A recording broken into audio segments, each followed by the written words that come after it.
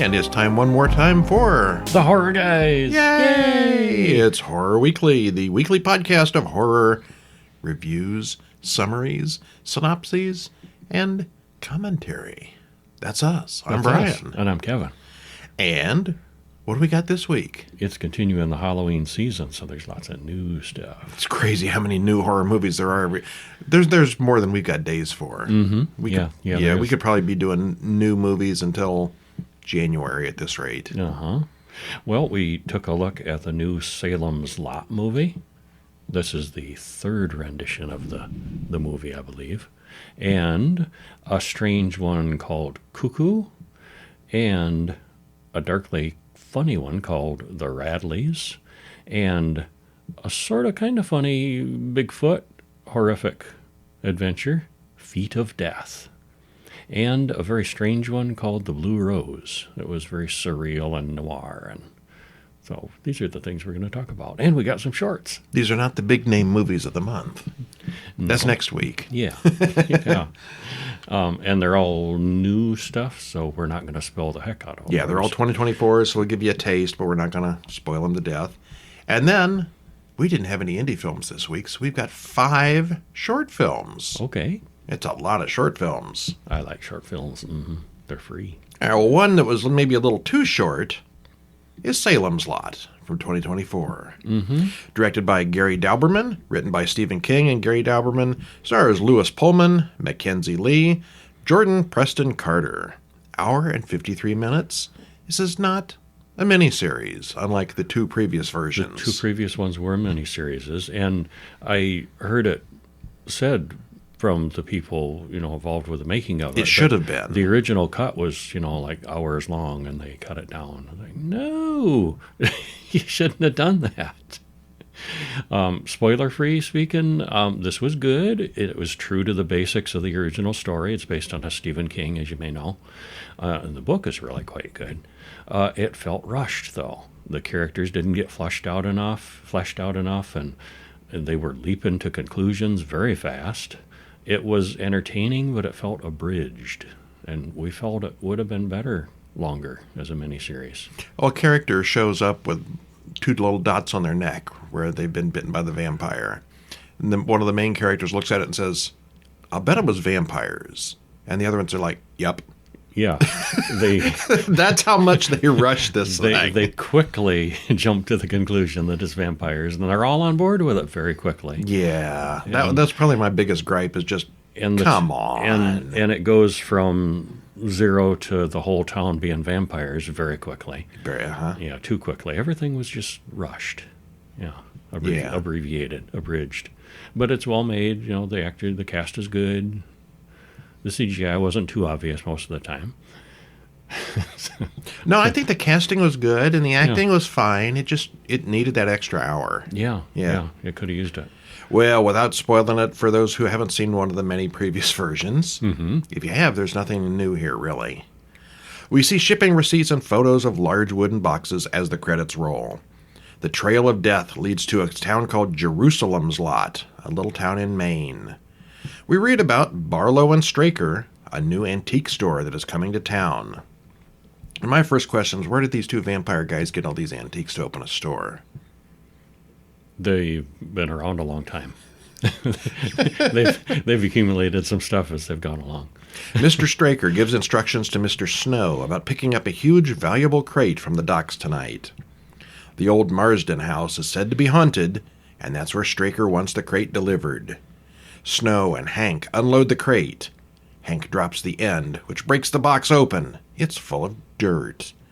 The moment they leave, the crate opens. Mm-hmm. Well, then we cut to a guy named Ben Mears, who used to live in the area, and now he's come back for a visit. He's an author, and the sheriff warns him not to cause any trouble. We don't want your kind here, author. Well, and it wasn't that confrontational, but, and this was, abridged, too, his whole history. And everything's abridged Everything is abridged here, yeah. So this was just a very short conversation with the sheriff. Very short. He walks through the town of Salem's Lot, and it's all very quaint and retro. Ben then goes to a realtor looking for a place to rent, and Susan and Larry say that they'll find him a place. Larry mentions that Straker, some kind of European, bought the old Marsden house. She's been reading Ben's book, but doesn't recognize him. His face is on the back. I know you from somewhere. Well, when the landlady finds out he's a writer, she wants payment in advance. What do these people all got against writers? Well, we cut to the schoolyard, where Richie the bully picks on a new kid named Mark, but the new kid isn't putting up with it. Young Danny and his brother Ralph are impressed with Mark's courage. And it turns out Mark doesn't put up with a lot in this movie. No. He's one tough guy. Susan, her mother, and the librarian talk about Ben Mears and the death of his parents. Susan is not subtle about telling Ben where to meet her later. Hey, I'm going to be at the thing later. Mm-hmm. She does, in fact, find him at the drive-in theater. The drive-in is important. Yes. On the way home from Mark's house, Danny and Ralph meet Mr. Straker, who is creepy. I would have liked to have seen more of Straker. I thought he was very interesting. Uh-huh. But like everything else in the movie, there's not enough of He gets like 30 seconds of screen time. It seemed that way. It gets dark, but the boys continue walking the shortcut through the woods. Ralph silently disappears. Straker then drags Ralph home for a sacrifice to the Master. Straker's basically Renfield. Barlow arrives on the scene, and he eats messily. Yes, he's a vampire. Mm-hmm. All right, well, we'll let the rest of the details go. And it's very hard not to compare this with the original miniseries, which we've got a link to in the show notes. David Soul was the main guy in that. Yep, which had nearly double the runtime of this one. There's also a 2004 miniseries remake, which we have not seen yet. I do remember seeing that at the time. It's got Rutger Hauer as the vampire. Yeah, or Straker or somebody. I believe I saw it at the time. Yeah. I don't remember it. I think it was a lot less memorable from what I remember. Yeah. Matt is awfully quick to jump to the conclusion that it must be vampires, and Ben and Susan go right along with him for far too little skepticism. I mean, somebody tells you in the real world that, they've seen a vampire, you're like, okay. Yeah, sure. Uh-huh. Yeah. There's simply not enough for any kind of skepticism here. It's all very rushed, very stripped-down version of the story, with a much more action-packed finale. If a plastic model of a cross and a wooden cross grow brightly in the presence of vampires, wouldn't that kind of remove all doubt in the supernatural? It certainly would be strong evidence. If you had a cross and took it into a room with this and it starts to obviously glow. Evil thing, and it started to glow brightly like it was electric. Uh-huh. Come on, you're not going to be doubting that. It's too easy. Oh yeah, Rob Lowe was the main guy, Ben Mears, in that one from the 80s. Okay. If the minions keep telling they're not quite victims about Barlow, that seems like a security risk for the vampire.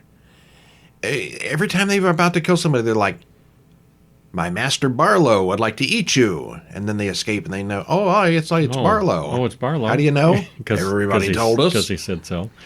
We don't know how the sheriff knew about Barlow, but somehow or another he gets wind of it too.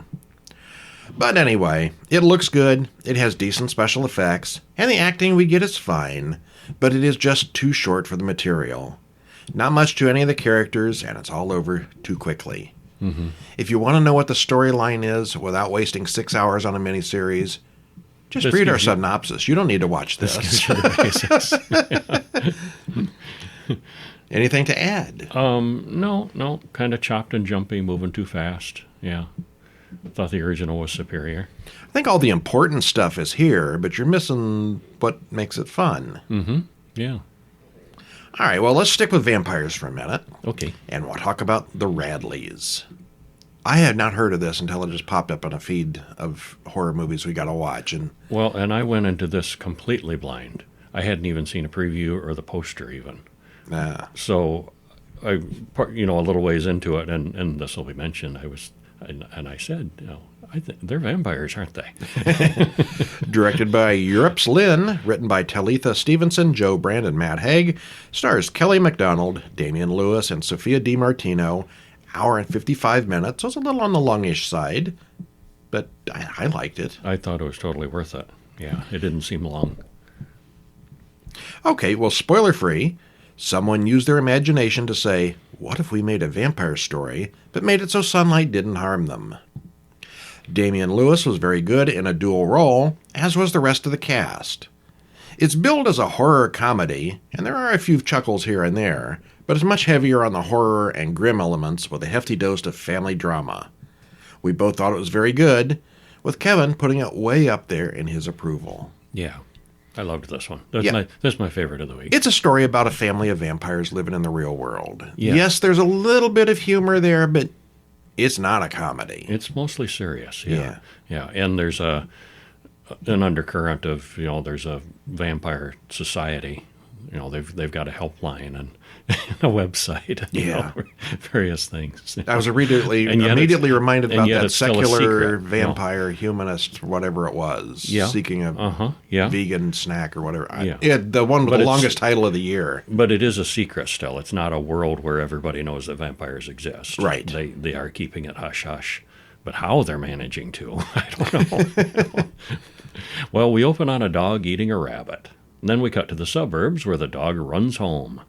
Rowan Radley introduces himself, his mother Helen, and his vegan sister Clara to us. And he admits that he's a freak. It even says so on the side of his backpack. It's Clara's 18th birthday, and she's acting weird, looking pale and sickly. And you already at this point. She keeps throwing up. Being sick from being a vegan. He mentioned that she was a vegan and she's looking thin and sickly, and you had a guess at this point. I did, yeah. Well, plus Mom is making a smoothie that looks awfully red, suspiciously. And I was thinking, they're vampires. And she's not getting what she needs because she's going vegan, Well, family friend Lorna brings an extravagant dish for the party. Husband Peter is still inside shaving. Well, Peter and Lorna make eyes through the window, and she's very interested in him. Evan, he's the new boy in town, and Clara and her friend Tilly like him. Rowan likes him more. The four of them go up hiking in the ruins, and this is really a beautiful location, this town. It's very green and lush, and there's old ruins and a nice town, and really beautiful area. Tilly and Evan start kissing, and Rowan wanders off and sulks. All this is being watched by Jared, their nosy neighbor, and Evan's dad, who has followed them. And Evan's dad is kind of crazy. He's kind weird. Of conspiracy theorist, and Well, obnoxious Stuart likes Clara and offers to walk her home after the party through the woods. Well, she pukes on his shoes, and then he wants her to make it up to me, he says, as he starts to unbuckle his pants. Uh-oh. Yeah. Well, she starts to run, and he starts getting all rapey. And she tries to fight him off normally. When that becomes impossible, she hurls him away with a burst of super strength, and then sprouts fangs and bites him in the neck. There is no doubt now she is a vampire. And no longer a vegan. Yeah. Well, Clara calls her parents, who were able to track her down in the woods by scent. That was neat, too. Because I was thinking, how are they going to find her? And they're sniffing, they can smell the blood. Yeah. Well, they all work together to haul away the body, which they stash in the back of the car. When Rowan hears about this, he has no idea what's going on, and neither did Clara. Are we adopted? Asks Rowan. And they assure the kids that, no, you're not adopted. It's time for the talk. And they don't mean sex education. It's time to reveal the whole family are vampires. And the parents, well, they're in recovery, or what's known as abstainers. So they are deliberately avoiding human blood. And they regret not telling the kids sooner. When Clara went vegan, it made her compulsion worse, so it took her over. We should stop there. We should. Because stuff happens. Yeah, the fact that they're vampires is right there in the poster. I mean, it's not a big secret. That's not a big spoiler. But then the double role is the uncle, the dad's brother, comes. Played by the same actor. They're very different characters. They're identical twins. Yeah. But, I thought he was great doing both roles. Well, we see early on that really no one here is happy except for Will, the uncle, who knows and accepts exactly what he is. As the story progressed, we pretty much knew how it was going to go, just not with specifics. Mm-hmm. They do a lot of foreshadowing. Yeah, they do. Damian Lewis as both Peter and Will is really good here, as are, surprisingly, both the children actors. Yeah, all the kids were. There are not a lot of surprises here, but we thought it was really good. We both really enjoyed it. Yeah. Vampires are always good, and, funny vampires are even better. Mm-hmm. I thought it was interesting taking away the weakness of sunlight. And, they opened up with... Well, I mean, really, other than needing blood, sunlight as a vampire is really the only weakness. How often do you get impaled by the heart with a piece of wood by accident? Yeah. Not very often. If you could come out in the daylight, there's not a lot of drawbacks to it. And there's a mention about wanting to avoid garlic, but it doesn't seem that serious. More like an aversion than, Yeah. Yeah. But anyway, big thumbs up on this one. Yes. Yeah. All right, one we kind of went into blind. We saw the poster, so we knew Bigfoot was involved. Is Feet of Death, 2024. And that's feet with 2 E's, big feet. Ha ha ha. Right. Directed by James Chick, written by Ashley Chick, James Chick, and Ryan Stahl. Stars Andrew Jacob Brown, Jack Vanover, and Benjamin Watts. Hour and 46 minutes. Trailer in the show notes. All right, spoiler free. Well, and this is another one that's got some dark humor to it, but it's pretty serious. It's pretty grim. Spoiler free, like the real Bigfoot, sightings of the creature are kind of scant in this movie, but it's got a good cast, an interesting script, and excellent cinematography in a beautiful setting. We thought it was a lot of fun in a horror movie kind of way. In a horror movie kind of way. Yeah. Yeah, this one is not a documentary. No. Unlike others that I've seen where I thought were documentaries. Kevin gets halfway through the Bigfoot documentary and wants to know when the killings are going to start. Yeah. Not going to happen here. There was one we were watching that. Uh-huh. Yeah, well into it. Well, this one actually is a horror movie. It's not a documentary. Yeah. And this one is not touted as comedy, but I thought it had some comic elements to it. So, yeah. Well, if you've got Bigfoot out in the woods killing people, there's going to be some jokes. Mm-hmm. And that there's a Bigfoot enthusiast who's way over the top. Yeah. His fandom of Bigfoot. Well, we open on a hiker in the woods, and she comes to a specific spot and finds a man's body torn open by a wild animal. And credits roll. Well, we cut to Chris Dixon, who runs a YouTube channel where he investigates unexplained murders. He's in the Pacific Northwest. True crime? People do that? Yeah, they do. He's in the Pacific Northwest, investigating one series of 10 strange murders. He shows us a map of the crimes, along with Bigfoot sightings. Could they be linked? Well, Al wakes up Jason, who's drunk again. There's been another attack. They're both in the U.S. Forest Service, and it's up to Jason to deal with it. Jason's not over having his wife mauled by a bear, so he's not too excited to check out this attack. Al is a good boss, and he's sending Jason out there as a sort of therapy. Chris interviews Evan, a local girl in a store, but she doesn't know anything. Some of the attacks were from cougars, and some of them were from black bears, is all she can say. Bigfoot is kind of our town mascot. No one in our town actually believes Bigfoot exists, and if he did, he wouldn't go around killing people. Sounds like a bad horror movie to me.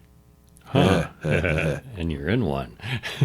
But then they talk to Henry, a man in the parking lot, who does think it's Bigfoot. And it's not a bad horror movie. She calls it a bad horror movie. The sheriff, Ken Clark, is investigating the dead body in the woods when Jason arrives. It could be a bear attack, but the claw marks don't look quite right. Mary is the girl who found the body, and she's still there. She's a nature photographer. Okay. Okay, well, anyway, it turns out Chris, the true crime guy, is the guy who got killed in the beginning, and this is all about his investigation. A little bit of a time slip A little there. parallel time thing going on here. Uh-huh. All right, well, we'll stop there because we don't spoilers. It's very low budget, and the Bigfoot looks kind of cheesy. Still, the characters and actors are engaging and interesting. It's probably more drama than horror, I suppose. And as the investigation expands, we're drawn right in. The scenic locations help a lot, too. Wherever this was filmed was a very cool place. Yeah, it was. Those caves, I assume those caves are real. I think they were, yeah. I thought it was very creative, had a few twists, and was overall fun. There's not a lot of creature here, but what we do get is good. Mm-hmm. I liked it. I liked it a lot. Was it what you were expecting? No, it wasn't. I was delighted and surprised by it. All right. Yeah, and I thought Andrew Jacob Brown was especially good in the lead. Yeah, The main guy? yeah, the main guy. Okay. Yeah, I was thoroughly entertained. Well, what time is it on the Cuckoo clock? It's time for Cuckoo. Cuckoo 2024. And what a cuckoo movie this was. Written and directed by Tillman Singer, stars Hunter Schafer, Jen Bluehart, and Marston Gzokis. Hour and 42 minutes, trailer in the show notes. And Dan Stevens isn't even mentioned in top billing. But he's I but wonder he's if it's one of those, in order of appearance credits. 'Cause Yeah, probably. He's the big name. He's certainly the big name and one of the main characters. Yeah. Yeah. Spoiler free. This was very strange and well done. And it goes so long, keeping us interested and baffled. And well, the ending does mostly explain things and wrap it up, but it really goes a long time until it gets there. Dan Stevens stands out as a wacko here, and the whole cast is good. We really liked it. Yeah, there's a lot of weirdness that doesn't make sense all throughout the entire movie. Mm-hmm. It kind of ties up at the end, but oh boy, well, what the heck is going on here through most of it? Mm-hmm. Well, we open on a screaming fight between two people downstairs as a younger girl listens from upstairs. She runs off into the woods to get away from her parents. The man inside gets a very strange call about his adolescent going missing, and credits roll. Yeah, very weird phone call. Mm-hmm. Well, we cut to the Bavarian Alps. Herr King welcomes Gretchen and her odd family, Beth, Alma, and Luis. Most of them don't speak German, and Alma doesn't speak at all, which is inconvenient. She's the little girl. The neighbor, Dr. Bonomo, introduces herself.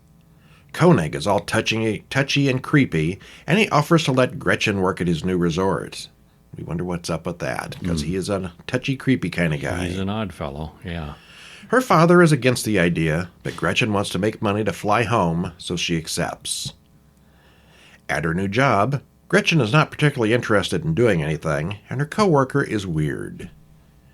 Gretchen watches as Alma has some kind of seizure that gets odd. Beatrix, the coworker, leaves Gretchen in charge and goes on a date. An odd woman named Ed comes in to rent a room and flirts with Gretchen. As they talk, an even stranger woman in a robe comes in and pukes all over the floor. Koenig calls and tells her to lock all the doors right now. For some reason, he does not want her to ride home on the bike, but she does anyway. Well, Koenig shows up at the resort and starts playing a flute. Oh, what? Why? Meanwhile, well, we find out. Meanwhile, someone is chasing Gretchen on foot and keeping up pretty well. Yeah, she's on her bicycle driving at high speed, and you can see this crazy old woman running behind her. Chasing and keeping up, yeah. The strange woman chases her until she goes into an emergency room to hide. The police think she's been pranked. Her family is already there because Alma had another seizure. Dr. Bonomo is there, and she says she'll get to the bottom of it. It might be due to Gretchen moving in with them. A disruptive influence. Yeah, okay. Well, a police detective comes to see Gretchen at work the next morning. Ed stops in to check out of her room, and they soon end up checking out each other. Gretchen then clears out the register, and the two go on a road trip to Paris. For the second time, we get a strange time slip where things repeat themselves. Well, the car crashes. The crazy woman from the night before yanks Ed out of the car and throws her far away. So this weird woman is super strong and super fast. And has something to do with weird time slips. Yeah. Before she can reach Gretchen, we hear gunshots. Gretchen then wakes up in the hospital. Koenig is there, and he warns her to stay home and mentions her being stuck in a loop. Gretchen wants her father to stay in the room and watch out for the woman, but he clearly favors Alma. Well, and he's very ticked off about her taking off, stealing the money. Stealing the car, trying yeah. to run away. You know, he's pretty done with her. You know? Yeah, no one's particularly sympathetic to her because she did those things. Yeah. And we'll stop there because it just gets more convoluted as it goes. And it does get convoluted. Yep, the detective keeps coming back, and then other stuff happens, and yeah, eventually it's all explained, mostly. Yeah, the real question is Dan Stevens, is he a good guy or a bad guy? Because Yes. he keeps warning her not to go near this crazy old woman who is clearly dangerous. And he knows more than he's saying, but he's weird. Is that good He's or bad? creepy. Mm-hmm. Dan Stevens is always great, and he's at his peak freak here. The story is crazy, and we had no idea what was going on until well into it. It's not one of those ones that's surreal or disjointed, out of order and weird crap. It's just completely unpredictable and offbeat, which we both kind of liked. The title does give a hint. Once things start going along, if you know what a cuckoo bird is. And Cuckoos what have been they- mentioned, what or they- mentioned several times. What cuckoo yes. birds do. Well, we mostly learn what's actually going on about a half an hour before the end, and by that time we're pretty hooked. It's crazy weird. I liked it. Yeah, so did I. Thought it was a great script. Took a long time, but it was worth it. Yeah, I was entertained. Yeah, like Brian said, it's crazy weird. All right, speaking of crazy weird, we've got The Blue Rose from 2024. And this one is directed and written by George Barron, stars Olivia Scott Welch, George Barron, Danielle Bazzuti, and Ray Wise. The Blue Rose. Now, wait a minute. We'll sounds go back pretty. to the Twin Peaks. There was mention of a Blue Rose, and Ray Wise was in that too. Coincidence? Is there a link? There could be. I bet there's an influence. I bet there's multiple influences and things you can see in this movie. Yeah, this is... And I would say David Lynch influenced this kid. Yeah. Oh, yeah, way up there. Yeah. Well, every step of this was hyper retro, strange, brightly colored and noir at the same time. Yeah. And very strangely. dreamlike. There's a story there that gets a little muddled in its weirdness, especially in the final act. George Barron, only in his late teens, he's a teenager, which I did not know as we watched this, carries the load as the writer, director, and lead actor, which is pretty impressive. We thought it was visually cool and at least interesting throughout. It's a moderate thumbs up for us. Yeah, I didn't love it, but I don't regret seeing it. I was entertained. Thought it was interesting. Yeah. Visually, very interesting. I was not that impressed when it was over, but now that I've heard that he was a teenager when he made this, that's super impressive. Yeah. Yeah. And it's low-key on the horror. It does seem more like a noir detective kind of thing. It's a Twin Peaks kind of thing. If you With consider those Twin Peaks horror, which a lot of it was. Undertones of horror. Yeah. Yeah. Well, after some very non-horrific credits. It's very jumpy, bouncy, and, like 50s happy. musical kind of stuff. Yeah. We open on a woman on stage putting dirt in a flower pot. She waters the pot with blood, and a blue rose grows instantly. Well, we cut to a woman in the 50s baking pies for all her neighbors and her husband. And as a sort of dance without dialogue, we learn that her relationship is unhappy. And then the husband beats her up, so she cuts him up like a pie. That escalated quickly. Yeah. Well, Sophie then goes to a party and brings pie. Detectives Lily and Dalton are assigned to solve a homicide. Sophie's husband has been murdered, cut up like a pie. That happened in the opening scene. Sophie is missing, presumably kidnapped. At the murder house, they find blue roses growing in the front yard. But he looks closer. No, they're actually white roses with paint on them, which is weird. Well, Sophie's sister Norma is very rich and very famous, so they go to visit her. Norma offers them tea and cookies, and servant Keo brings them. Norma tells the story of how Sophie killed and dismembered her pet cockatiel and what she did to the piano teacher. But we don't hear that story. On the way out, Keo slips Dalton a note that says, "Help me." Well, Mr. Valens, the chief of detectives, chews out the two detectives for not rescuing Keo. Dalton complains that they aren't allowed to carry guns, and they have a pink convertible instead of a proper police car. Valens is Dalton's father, and they clearly don't get along. Don't call me Dad. Yeah.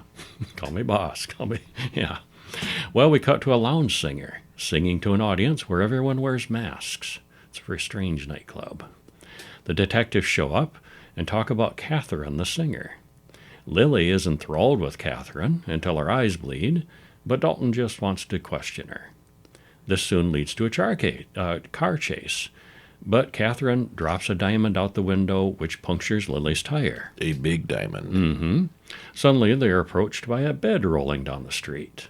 And a strange, bald woman with glowing eyes floats out of the bed, and the two detectives drive away to escape. All right, I think we got our taste of weirdness here. Yeah, it's surreal and weird, and yeah, just one weird thing after another. But there's kind of a thread of a story there, too. Yeah. Yeah. Well, I mentally alternated throughout the entire film between this is neat and this is dreck. It's a very uneven film. I said in the very first scene that it looked like the director was trying to do David Lynch, but I did not realize how right I was. It's so Twin Peaksy that they even hired Ray Wise for a part.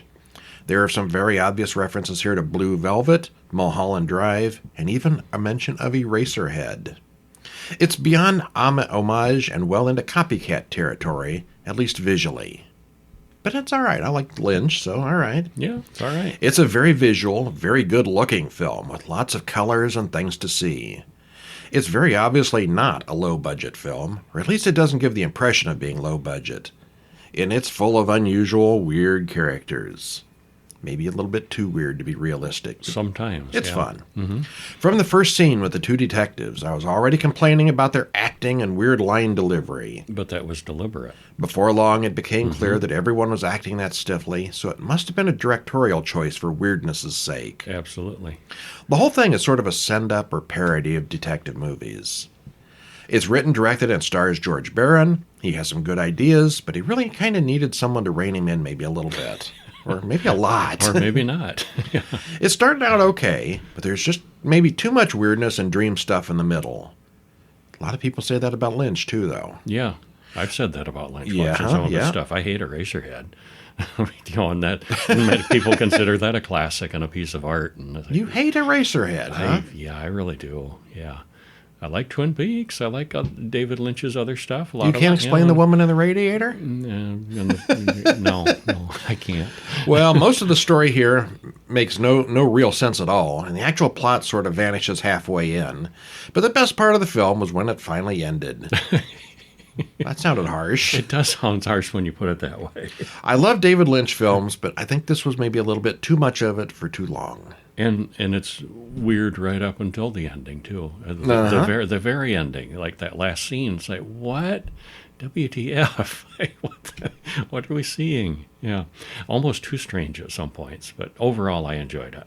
The visuals make up for the story's a little thin here and there, but yeah, I liked it. If you like David Lynch movies, this is kind of an interesting. You should probably watch it. It's a copycat, inspired by homage kind of thing. It'll be interesting seeing what George Barron comes up with in the future. Yeah. Well, it's time for some short films. Okay. Let's start out with The Mirror from 2024.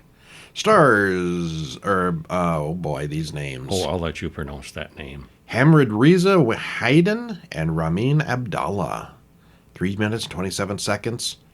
Watch it in the show notes. Short but effective. I liked this one. A man finds a locked cabinet, but when he opens it, he finds a filthy old antique mirror inside. He cleans it up, and it doesn't look so bad anymore. When he looks into the mirror, he notices a black smudge on the glass. He also sees that he's cut himself on the forehead. In the mirror, that's where that black smudge was. He looked in the mirror, and there was a black smudge over his forehead. He patches himself up, but then he sees more marks on the mirror, and suddenly he's got wounds on his hands. How far will this go? Now, you'd think he would have simply put the mirror back in the storage place or something, but, perhaps he was enchanted with it, yeah. But that would have been too easy. It's a story about a cursed object. We don't know why, but we don't really need to know. It's just interesting to see how the mirror does its thing. Yeah, for 3 minutes, why not? It's good. Check it out. It was well done. Yeah. Yeah. Norma is up next. Directed by John Dracul. If I had a name like that, I'd be calling myself Dracula. Count Dracul. Written by Maurice Winsell. Stars Brittany Myra Smith and Maurice Winsell. All a little under 5 minutes. Tony wakes up tied to a bed. A woman says she thought she'd accidentally killed him when she knocked him out. He doesn't know who she is, until she speaks. And he recognizes the voice. We then get a flashback to her being a telemarketer and him not being interested. He got rude and hung up on her on the phone. Excessively rude. Now, tied to the bed, Norma makes Tony learn that he just wasn't raised right. But maybe she can fix that. Well, that got serious quickly. Did that make you want to talk to telemarketers when they call? No, I'll take my chances. Okay. It's short, but it's clear what's going on. It looks good. The acting is fine. More or less kind of a believable situation. Be nice to those telemarketers. It's a nice one, yeah. What's next? Next is Hush, Shh, Hush. Hush, 2024. 2024. Written and directed by C.J. Scott. Stars Justice Ketterin, Addison Roden, and Zach Van Gelder. Runtime is, this is a long one, almost 13 minutes, but worth it. Yeah. If you like libraries, like books. What happens? Well, Al gives Amanda some extra hours at the library, restocking books in the basement. Call me first if anything happens. We wouldn't want to get the cops involved. Well, that was odd. Yeah, and Al is pretty flirty, but Amanda doesn't bite. Well, she soon gets to work, shelving and sorting books. And suddenly she meets Nicole, a strange purple-haired goth woman who seems very protective of her workspace. Didn't know anybody else was working there. Well, after a book falls off a shelf on its own, twice, could there be a ghost in the library basement? Well, Nicole is kind of mean at first, but after a bit, the two become friends. And then what happens? It was filmed entirely at the Amarillo Library, which is interesting. If you want to make a film, you deal with what you've got. Yeah. It's very bright and clear, which is a nice change to a lot of other horror films. Even at one point, the lights go out, but they find a creative way for us to see what's going on. The ending was not really a big surprise, but this one could have used some more explanation. Why is Nicole there? What is she protecting Amanda from? And why? Don't know. It left me wanting more. Yeah. But it was good. Yeah, it was. Yeah. Okay, Death and the Lady, When the Grim Reaper Knocks, from 2023. That's a long title. This was just cute. Directed by Jeff Bailey and Lucy York Struver. Written by Lucy York Struver and Jeff Bailey. And it's animated. Sort of stop motion. 8 minutes, 11 seconds, and you can watch this on YouTube. There's a link in the show notes. What happens? Yeah, it almost looks like claymation almost, but it looks like they're made of cloth, too. The dog and the characters it's like clothmation. It's an interesting animation style. Well, you know, cloth has that putty look to it. I mean, there's no reason they couldn't have like clay underneath these knitted things. Or was it even computer? I think it's all. I think it's actually all computerized with and textures, not physical. Yeah. But anyway, it's neat. Yeah. Well, an old woman sits and knits as her cats and dogs sit by the fire.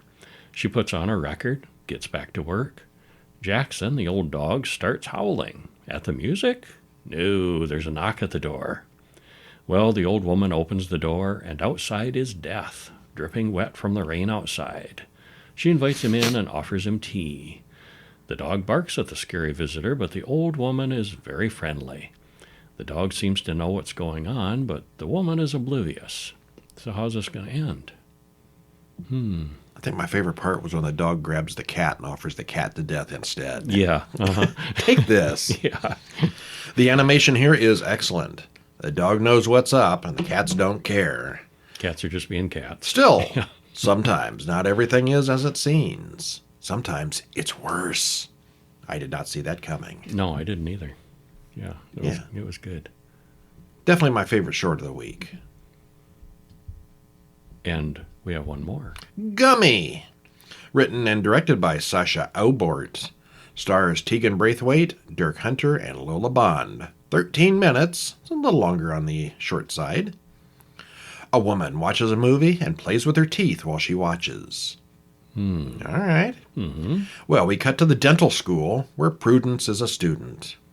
Her father calls in the middle of practicing, and he's bossy and manipulative. My dad's a bit weird, she explains to her friend. It's very awkward when the friend comes over for dinner as she's sitting in Dad's chair. He's weird. Mm-hmm. They insist that she wears a bib for her soup, and there's a great deal of slurping. Prudence is obsessed with her teeth, and her father is even weirder, which soon becomes apparent. After her friend storms out, Prudence pulls out one of her own teeth, and things get worse from there. Things get really worse. If you got to think about teeth, this is one to watch. Well, that was fun. Insanity, abuse, body horror, family drama. What more could you want for 13 minutes? It's sharp, looks good. It's very, very weird. And we think it's about abuse, but there seems like there's more going on there than that. It's certainly going to be the weirdest short of the week. Yeah, it's a strange one. Yeah, it is. But I agree with you. The death of the lady was the winner of the shorts. Yeah, and the long films, what do you think, the Radleys? I'm going with the Radleys as my favorite of the week, yeah. Cuckoo was pretty good, but I like the Radleys better. Uh-huh, yeah, all around, yeah.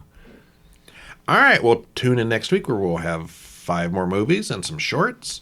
And I think next week we're going to have some of the big blockbusters of the Halloween season. Mm-hmm.